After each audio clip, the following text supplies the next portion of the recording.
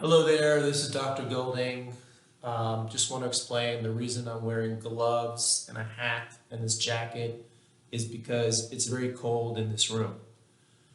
Now, we're going to continue our logic class and we're going to go ahead to 7.4. I know that we didn't go over the proofs from Roman numeral 3 in 7.3, but the fact of the matter is that in 7.4, we're going to learn some new rules, and actually in 7.5, 7.6, we're going to learn a couple of very powerful rules that in fact will make some of the rules that we've learned already somewhat obsolete.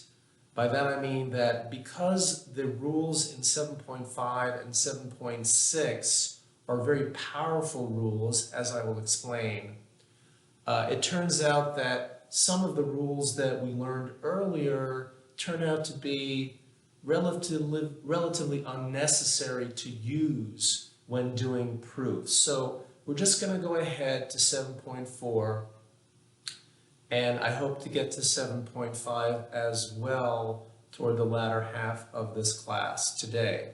Now in 7.4, we learn some new replacement rules. I've written them on the board over here.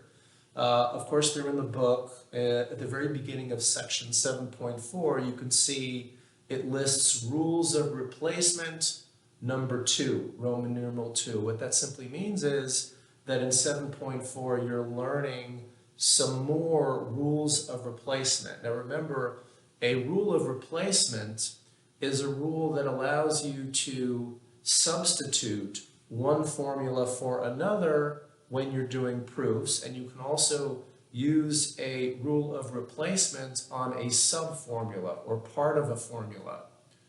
And I'm going to illustrate how these rules work shortly, but let's take a look at these rules. Okay, so on the top here you see P horseshoe Q can be replaced with its equivalent to not Q horseshoe not P, and this is called transposition. I just wrote down the abbreviation for the rule. It's known as transposition. To transpose something means to sort of flip it around.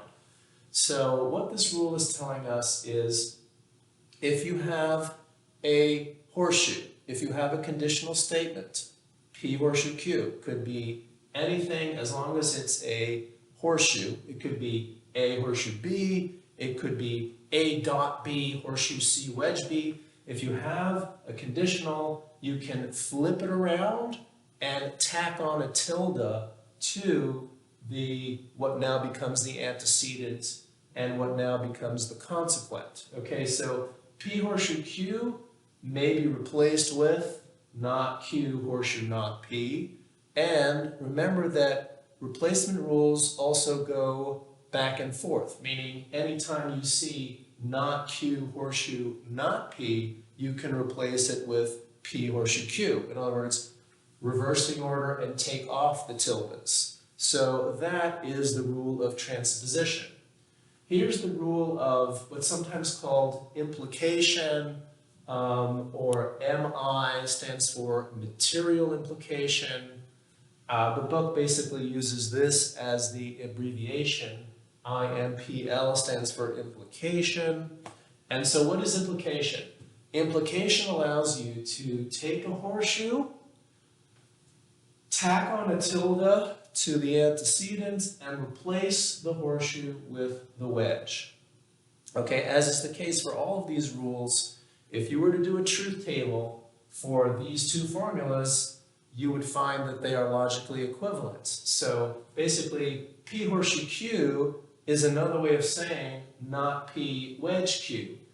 Either the antecedent is false or the consequent is true. If you remember your truth table from the horseshoe, anytime you have a horseshoe, what it's saying is that anytime that the antecedent is true, the consequent, it has to be true. Right, so it's only going to be false if the antecedent is true and the consequent is false. So as long as either the antecedent is false or the consequent is true, then this thing's got to be true. Anyway, for now, the main thing is to remember that anytime you see a horseshoe, you can replace it with not P wedge Q. Anytime you see this formula, you'd be able to replace it with P horseshoe Q.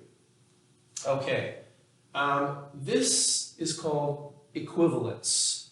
Sometimes it's called biconditional exchange. That's just another name for this rule.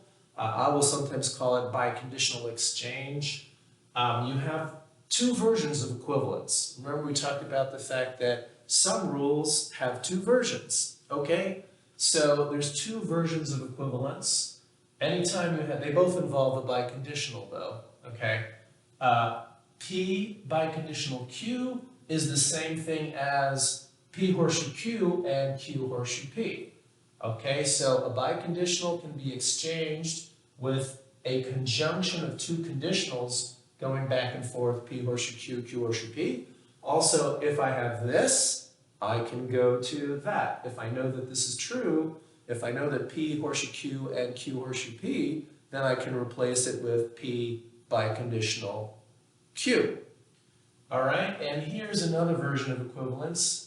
Remember that the biconditional is true whenever they're both true or they're both false, right? So that's what this is saying. P biconditional Q is logically equivalent, may be replaced with either P and Q are true or not P and not Q are true.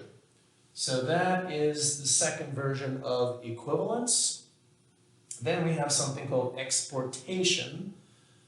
I'll tell you, I get very confused in using exportation correctly, but let's just go through it. The rule is if you have P dot Q horseshoe R, you can replace it with P horseshoe Q horseshoe R. The reason it's called exportation is simply because visually what you're doing is you're exporting the Q to the consequent, but then you have to, of course, replace the dot with a horseshoe.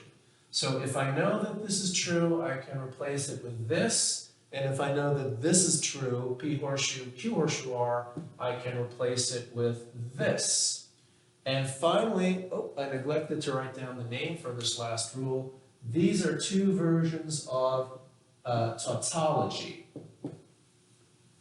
Two versions of tautology. I'm looking for my other marker, my better marker. What do I do with it? Oh, here it is. Okay, two versions of tautology.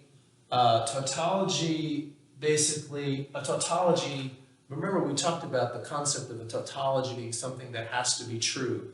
But here simply the word tautology is, it's tautologous to say that, well, if P is true, then either P or P is true, right? It's obvious that if I know that P is true, then certainly P or P has got to be true, right? And if I know that P is true, I also know that P and P is true. This is not something that is commonly used in everyday logical reasoning, but it's a rule that's part of the system because it enables us to make progress on proofs that might otherwise be very difficult or impossible in some cases perhaps to do. So again, if you see P wedge P, you know that P is true. If you see P and P, you know that P's got to be true, right? In a way, this rule follows from simplification, at least this way going backward. You can see that this in a way is a version of addition because if you have P, you can wedge on anything, so you can certainly wedge on P itself. In any event, the bottom line is you're supposed to memorize these rules and get practice using them. And so now I'll just illustrate a few exercises from 7.4. I'm going to look at 7.4 in my book here and do some of these illustrations of exercises on the board. Let's take a look at 7.4 Roman numeral 1. 7.4 Roman numeral 1. Let's take a look at number 1 together. Okay, so I'm going to have to erase here a little bit.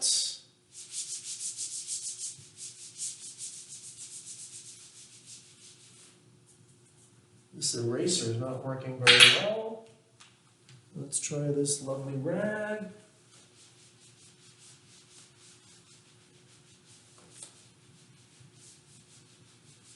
That's not working much better either.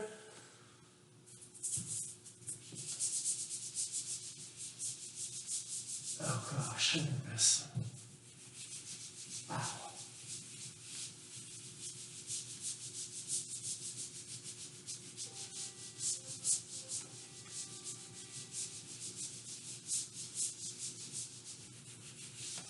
Wow.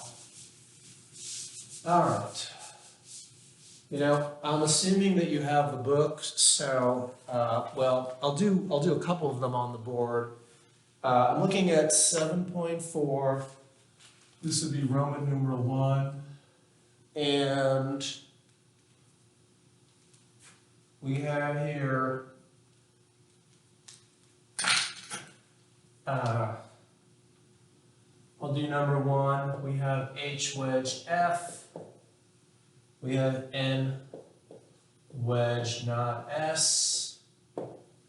We have not G wedge Q. And we have, here's step 4, what can we get by implication? Okay, so H wedge F, N wedge not S, not G wedge Q, and what can we get by implication? So now we have to think back to what is implication? Implication is that rule that allows us to convert a horseshoe to a wedge as such, or it could be going backward, right? If I have P horseshoe Q, implication says that I can replace it with tilde P wedge Q, or I can go from this to that. So if I'm going to be using the rule of implication, it can't be on number 1. There's no horseshoe here, so it has to be that we're using implication to go from a wedge to a horseshoe. Which one would be the right one that we would be using? It's going to have to be number 3, because number 3 has the form not G wedge Q, which is the same form as not P wedge Q, little q. And so I would replace this by saying G horseshoe Q. Okay? That is the answer to number 1.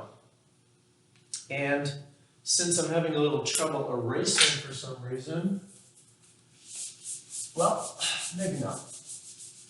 Let's try another one on the board.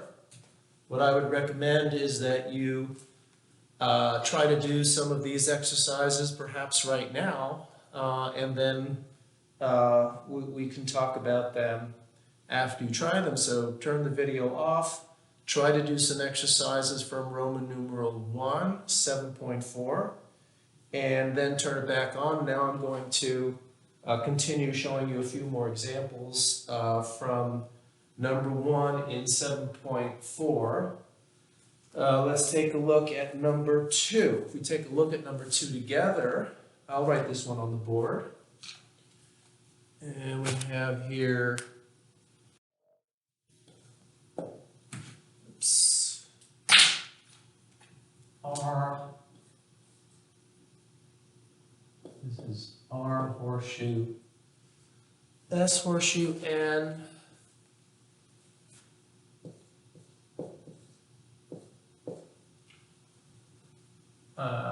here, this is number 2, but this is the first step in number 2.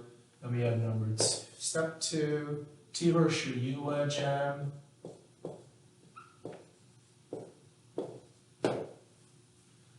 K dot L horseshoe W.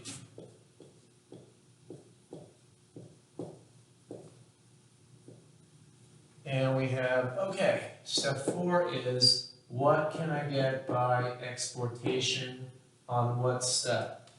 Okay, they just flipped around the blank and the rule, same thing. What can I get by exportation on some or one of these steps?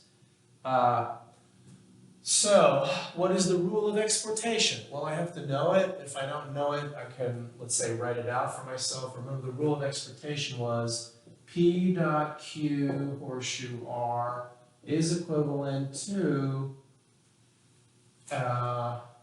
P horseshoe Q horseshoe R. And remember, you can go either from this to that or from that to this. So I have to have something that either looks like this in my list of premises here, or I have to have something that looks like that in my list of premises. Now 2 is not going to work because there's a wedge over there, right? And I need to have a horseshoe here. 3 is not going to work because this is K dot L horseshoe W. You need to have, to use exportation, you need to have the conjunction as part of the antecedent. And here, only K is the antecedent. So this is not going to work. I look at number 1. Yes, that is going to work. This has the form R horseshoe S horseshoe N, which is like that, right? I see that R horseshoe S horseshoe N. And so it's got to be going from this direction to that direction. So the proper answer would be R dot S horseshoe N. Okay, that's exportation on step 1. I'm going from the right-hand side to the left-hand side using exportation. Okay, so let's do a couple more. I think I'm just going to assume that you have the book and that your exercises are the same as mine. So let's take a look at number 3. It says G biconditional R, T horseshoe U wedge M, K dot, let's start again. Number 3, G biconditional R, H horseshoe P. Step 3 is not F wedge T, and then I'm doing trans. Now what is transposition? Transposition is you take a horseshoe, you reverse the order, and you tack on a tilde to what now becomes the antecedent and also to what becomes the consequent. So if I'm looking at transposition, it has to be done on a horseshoe, and the only horseshoe here is number 2. So that's H horseshoe P, and so therefore the answer to number 3 would be reverse the order, we get not P horseshoe not H by transposition on number 2. Trying to keep these markers covered, otherwise they run out of ink very quickly or become dry. I guess that's why they're called dry erase markers, because they dry up very quickly. Anyway, let's try another one. How about number 5? We'll skip down to number 5. We have E wedge not E, A wedge A, G dot not G. Okay, well, tautology, the rule of taut stands for tautology, right? So that's going to have to be on number 2, because tautology involves either going from a formula to a disjunction of the same formula and itself, or, as in this case, it must be tautology on step 2. A wedge A can be replaced with A, so the answer to number 5 is tautology on step 2, and the result is A. You get A by tautology on step 2. Okay, let's look at number 6. 6 has S wedge not M, not N and not T, not L horseshoe Q. What can I get by transposition on any of these steps? Now again, transposition involves taking a horseshoe and reversing the order and tacking on tildes, or reversing the order and taking off tildes. So it's going to have to be on step 3. Let me put step 3 on the board at least. Step 3 is a horseshoe. Let's look at this one carefully. Step 3 is not L horseshoe Q.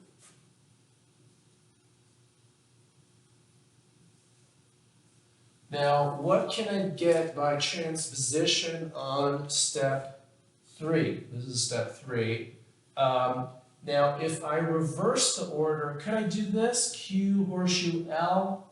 Maybe that'd be good. The answer is no. That would be incorrect because you have to use transposition correctly, you have to reverse the order and take off 2 tildes. There has to be a tilde coming off your L and a tilde coming off your Q. Now, there is no tilde here.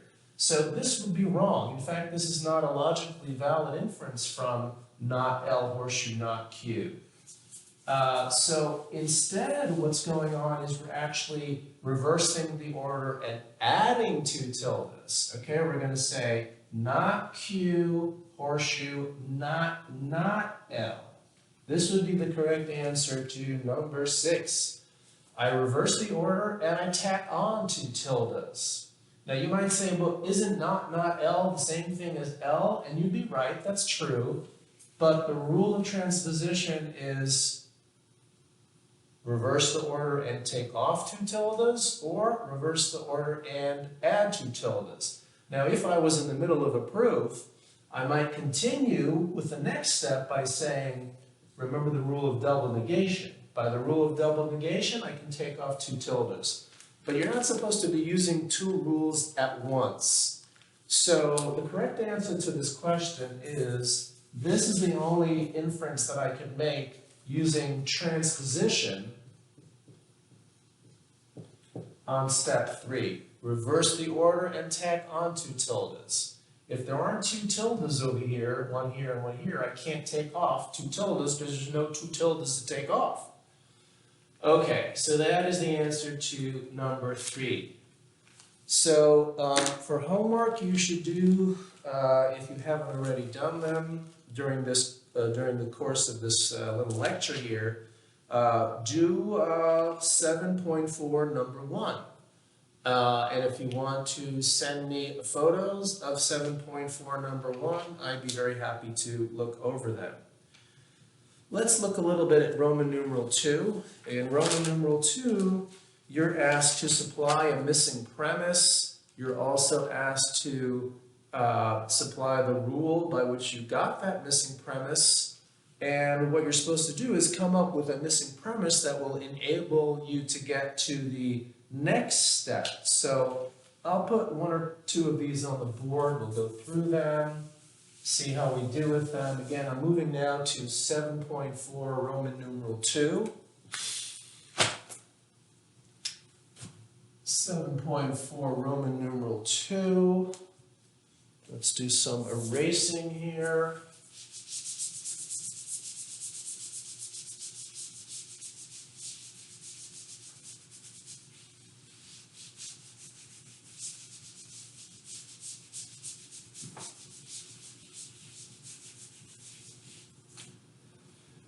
And we have, let's see, not J wedge M. I'm doing number 1 in 7.4. Number 2, we have not J wedge M. Oh, M horseshoe B.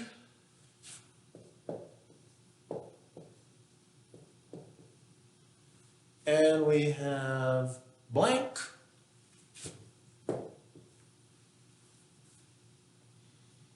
And we have J horseshoe B.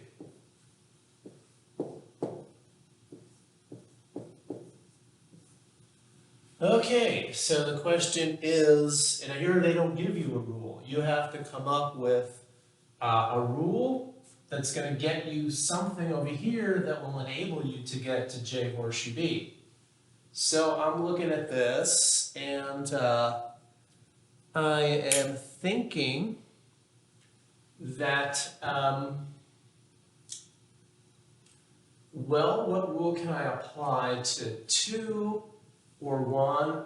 I could do a transposition and get not D horseshoe not M. That would be a trans on 2, but that's not going to help me get to J horseshoe B. There's no way of getting J horseshoe B out of these 3 steps. So that is not the answer we're looking for. J horseshoe B, how can I get that out? Well, I have M horseshoe B, so I have to think to myself, well, if only I had J horseshoe M, because if I have J horseshoe M, now J horseshoe M would follow from number one by implication on one, okay? By the fact that there's a disjunction here, the negation of the left hand wedge the right hand, I now take off the tilde and I have J horseshoe M. So that's the rule of implication. And now it looks to me like I have a hypothetical syllogism. HS on 2 and 3. Hypothetical syllogism on 2 and 3 allows me to get to J horseshoe B. So I'm using one of the rules that we learned before in order to advance to the conclusion, which I believe the book is expecting us to use. Okay, so that would be the answer to number 1. Let's take a look at number 2. Number 2 in Roman numeral 2 is, we'll put it on the board. Maybe I'll leave these numbers up. Number 2, we have J dot F horseshoe N.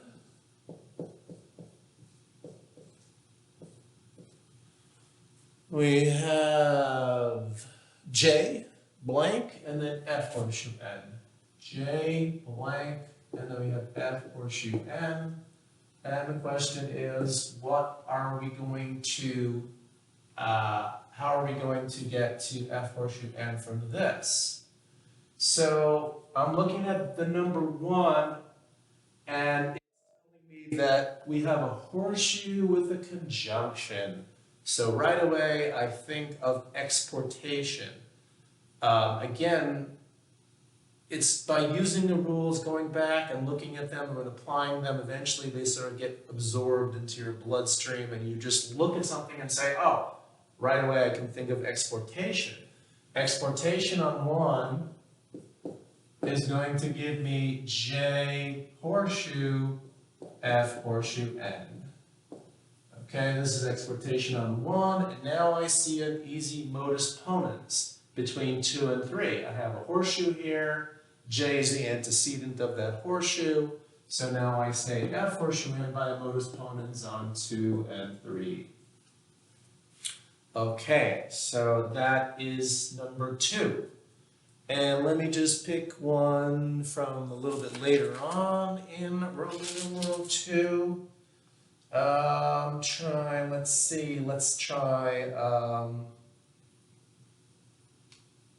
Let's do number 9. I'm going to do number 9 on the board. Number 9.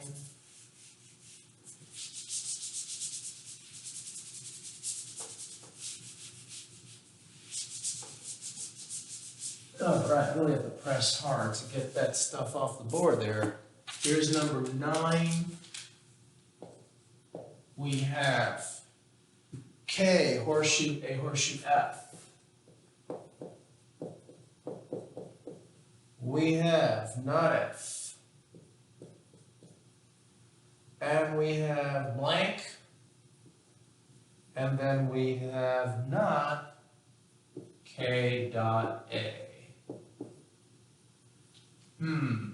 Okay. What can we do? What can we do here with this one? I am thinking that we can't do a modus tollens on 2 and 1, right? Because you can't do modus tollens on a subformula. So I'm going to say maybe we should do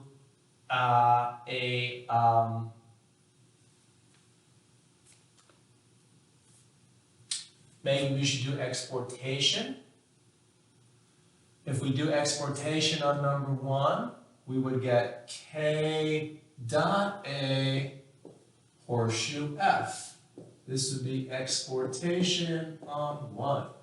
Remember, we're going from a horseshoe that has a horseshoe in the consequent to the conjunction of K dot A horseshoe F. This is exportation on 1.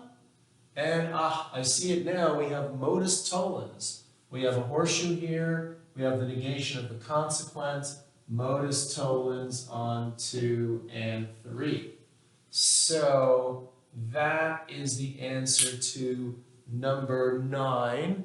And I'm just going to pause for a moment. I'll be right.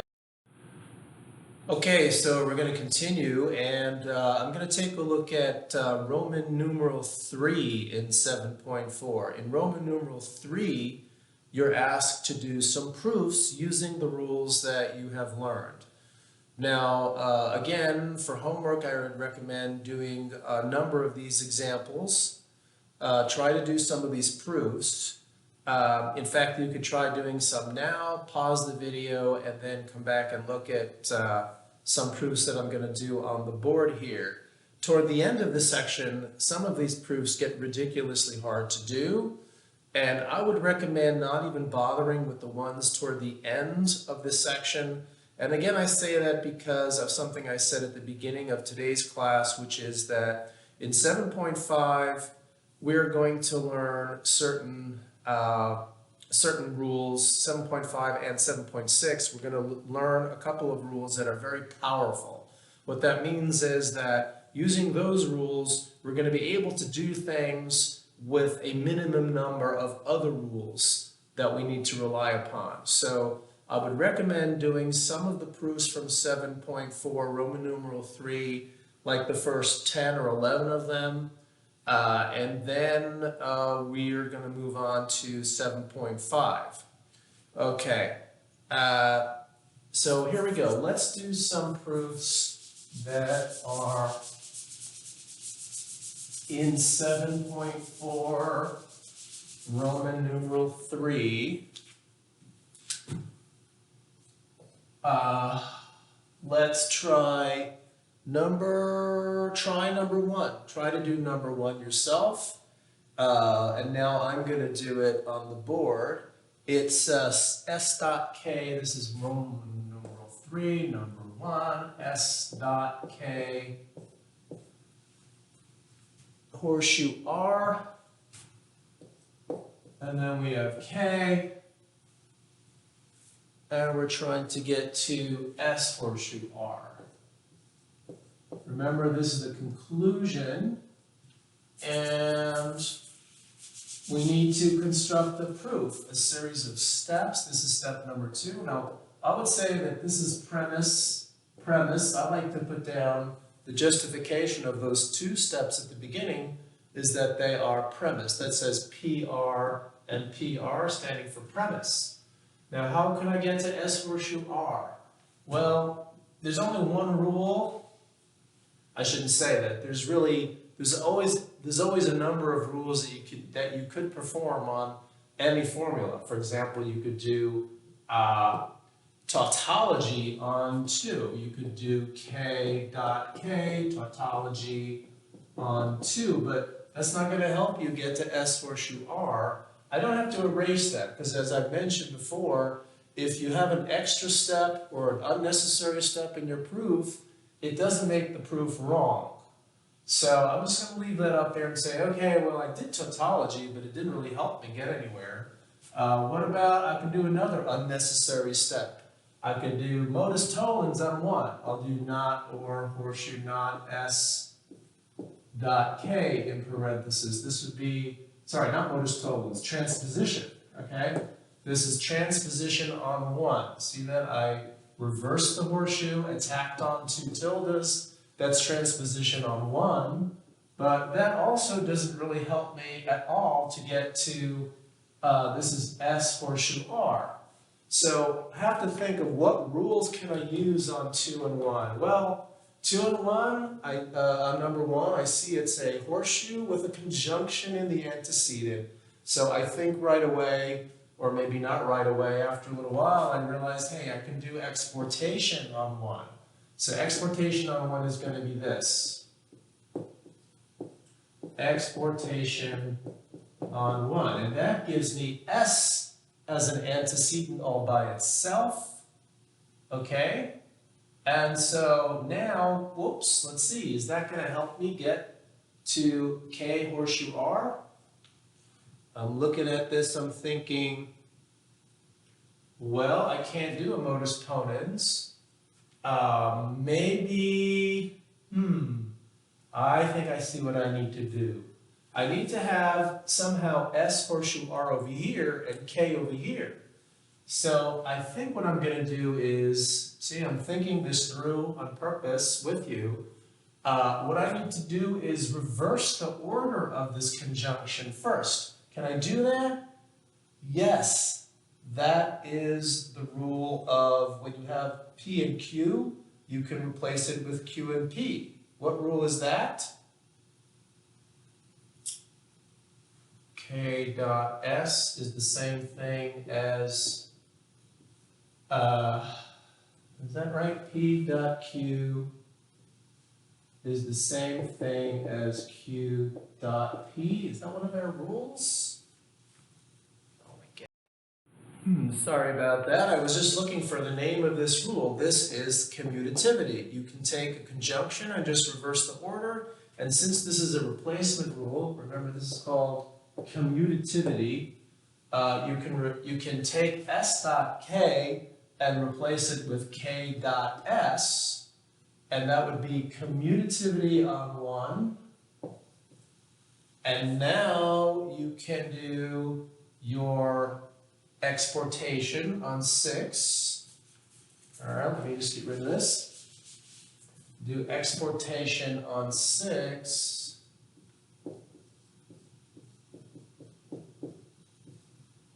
And now you can do modus ponens on 2 and 7. We get S horseshoe R by modus ponens on 2 and 7.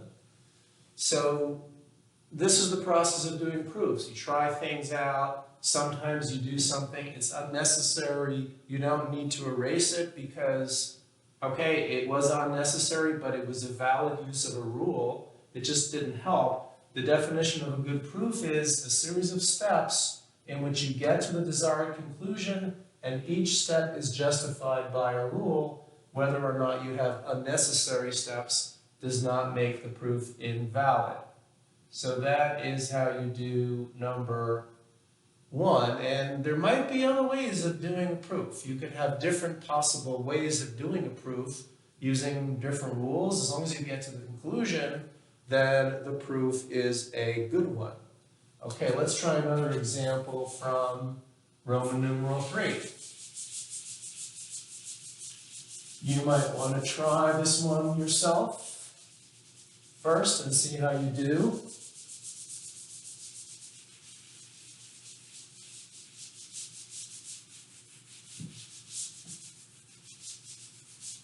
Okay, here we go. I'm gonna try let's try number 5. Okay, this is number 5. And number 5 begins with not N wedge P. That's the premise. We then have N horseshoe P horseshoe T.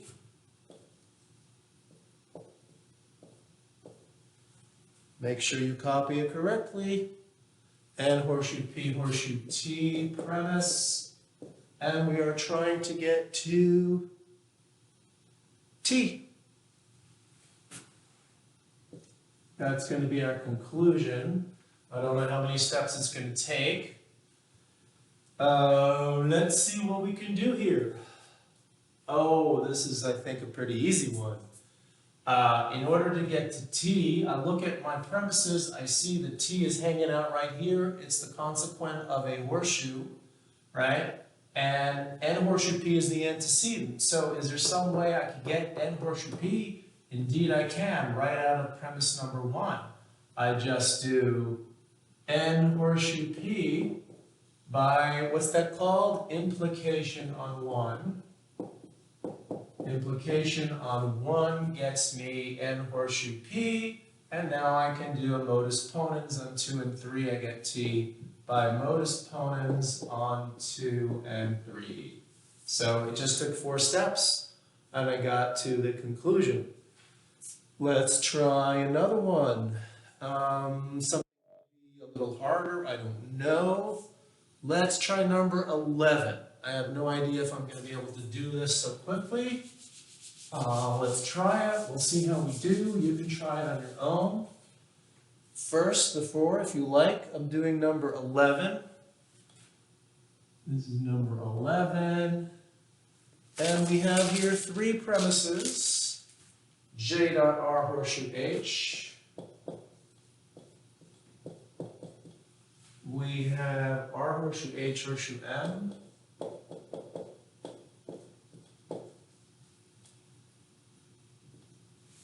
And we have not P wedge not J.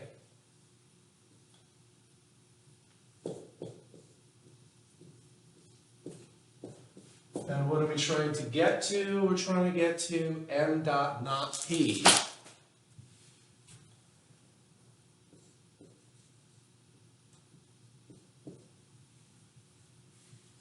Okay, so make sure I copied it right.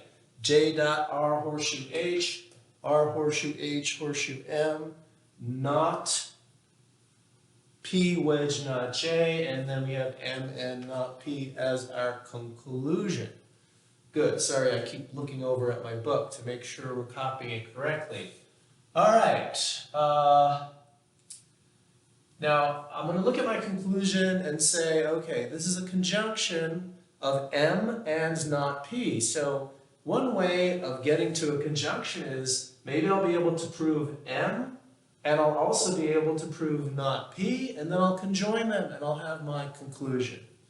So I see that M is hanging out over here. If I could somehow get R horseshoe H, I'd be able to get M, right? Because if I can get R horseshoe H, then I would be able to get M by a modus ponens. So I'm kind of working backwards here. I'm just going to erase these numbers. I'm trying to be optimistic. I'm getting to my conclusion somewhere down here. I told you sometimes it's a good idea to write down your conclusion at the bottom of your page so that you can sort of visualize what you're shooting for. And maybe I'll get not P, and maybe I'll somehow get M, and then I'll do conjunction.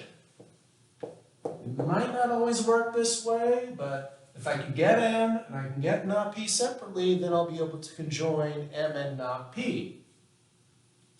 So let me think about how to get M. As I said before, you have this horseshoe here. If I can get the antecedent, that would be nice. Well, look at number 1. That's a conjunction in an antecedent. Again, I have to think right away of exportation. So I'm going to go J horseshoe R horseshoe H, and that will give me, okay, that's my exportation on 1. To get R horseshoe H, I wanted to get R horseshoe H. Is there some way of getting J? Well, maybe I can get it out of number 3 somehow, because I see that not P wedge not J. I'm thinking, remember the rule of De Morgan. It looks like it might be taking me a few more steps. I was hoping, so I'm going to erase this stuff and put it back on soon, but here's a very important little tip. Whenever you see the negation of a wedge, you're going to want to do De Morgan. I'm telling you, in all of these examples, whenever you see the negation of a wedge, you're almost always going to have to and want to do De Morgan. De Morgan allows you to take a wedge that's negated and make it into a conjunction of, now here we have to be careful. What do I get by a De Morgan on 3? I'm going to get not P and not J. That's De Morgan on 3. Why do I say not J? Because there's a tilde here already. So negation of a disjunction gets me the conjunction of not P and not J. That's De Morgan on 3. Very often in these proofs, as I say, you'll not only have to do De Morgan, but then you're going to simplify. So I'm going to do simplification on step 5.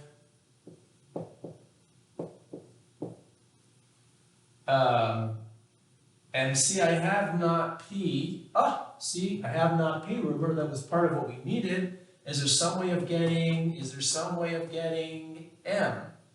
So if I have not J, I'm looking at this. To use modus ponens on number 4 and 7 wouldn't be correct because this is not J, but I can easily convert that to J. I do a double negation, on, and then I have J. Now I do, here's R horseshoe H, modus ponens on 4 and 8. And then I have R horseshoe H. Now that I have R horseshoe H, I can use step 2 to get M, modus ponens on 9 and 2.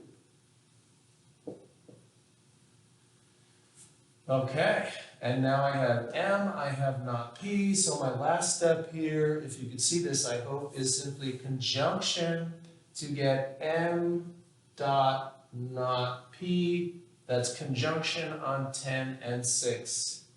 Conjunction on 6 and 10. Okay, so that's how this one worked. That was number 11 in 7.4 Roman numeral 3. Let's see here. I think what I'm going to do is do a couple more of these proofs from 7.4 and then we will see where we're holding at that point. What can I do from 7.4? Let's try number 15. Okay, I'm going to try number 15.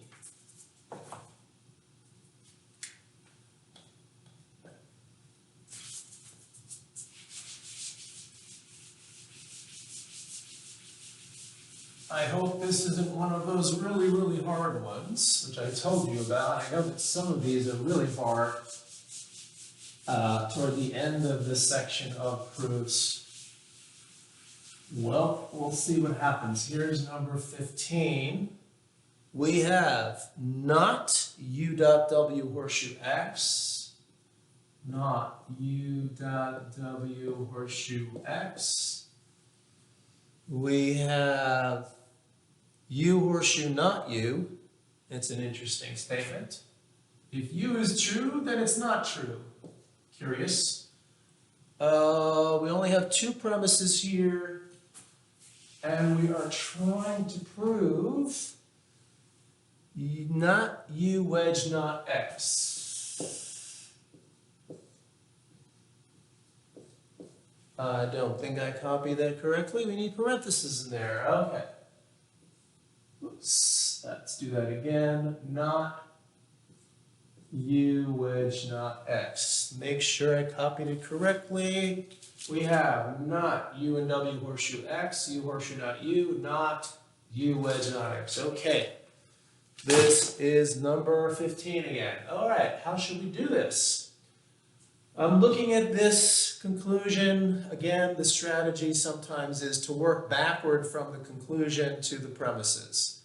So this is the negation of a wedge. Now, I told you that very often we will have the negation of a wedge, you're going to end up using De Morgan.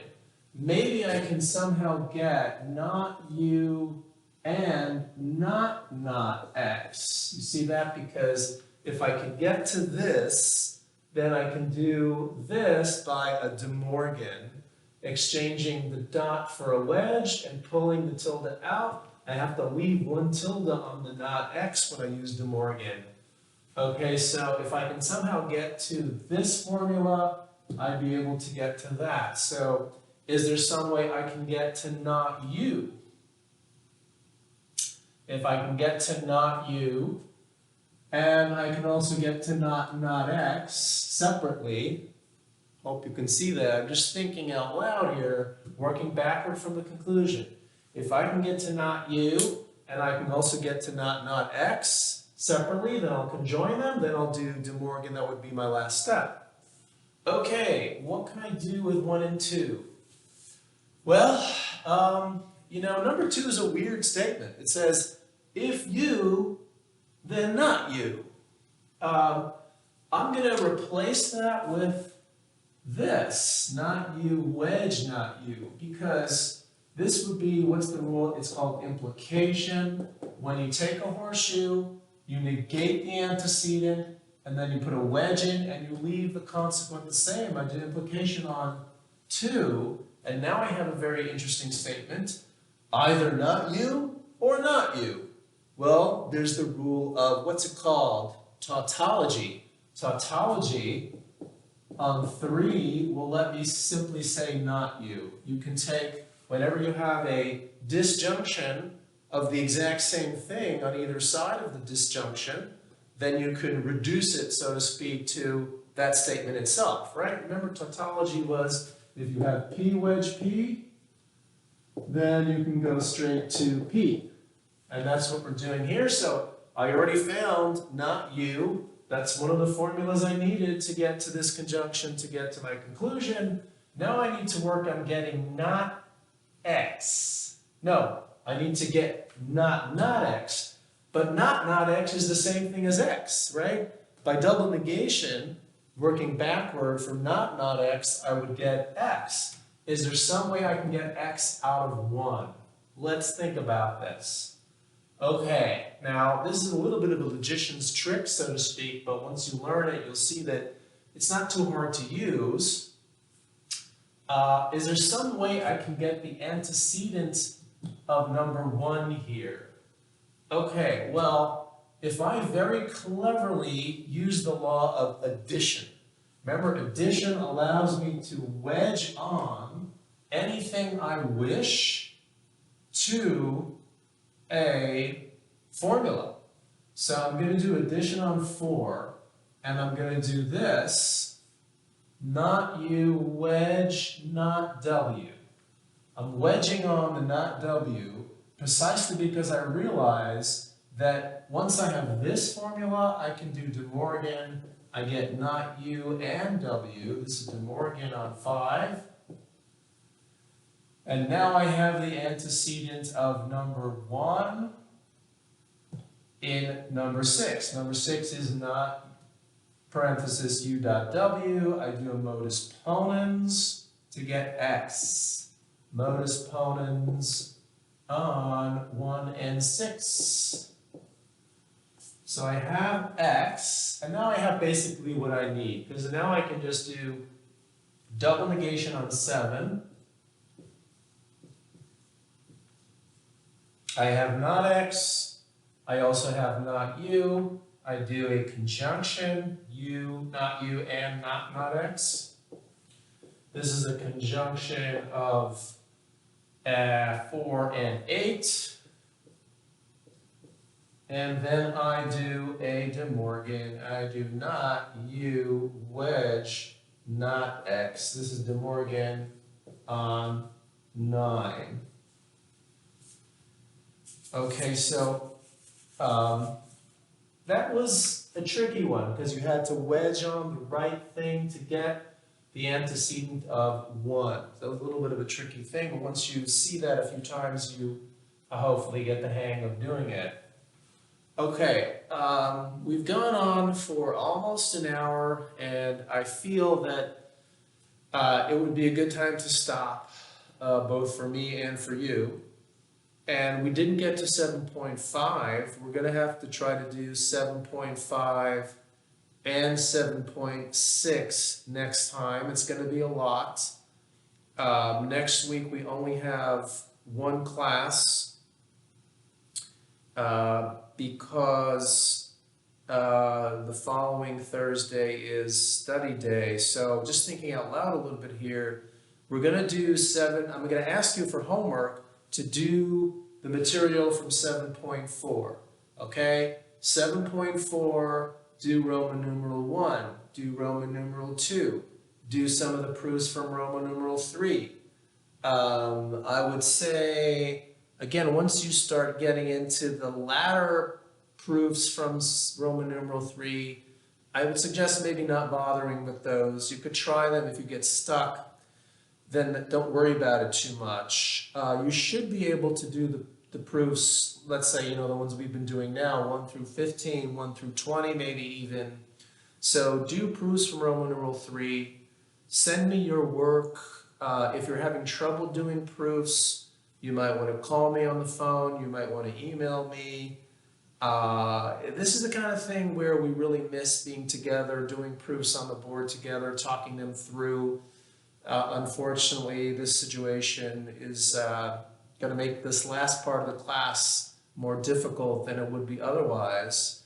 There's not going to be a lecture for this coming Thursday due to the Passover holiday. But next week, I will be talking about 7.5 and 7.6, at least that's my goal. And I'll also tell you a little bit more about what to expect on the final and how we're going to do the final.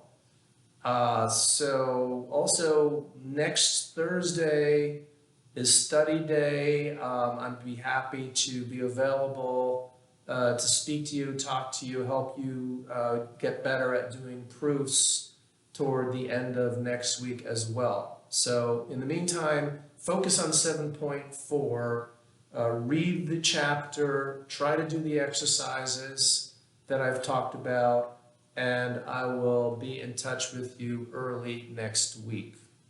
Be safe, be healthy, be well, and I'll talk to you next week. So long.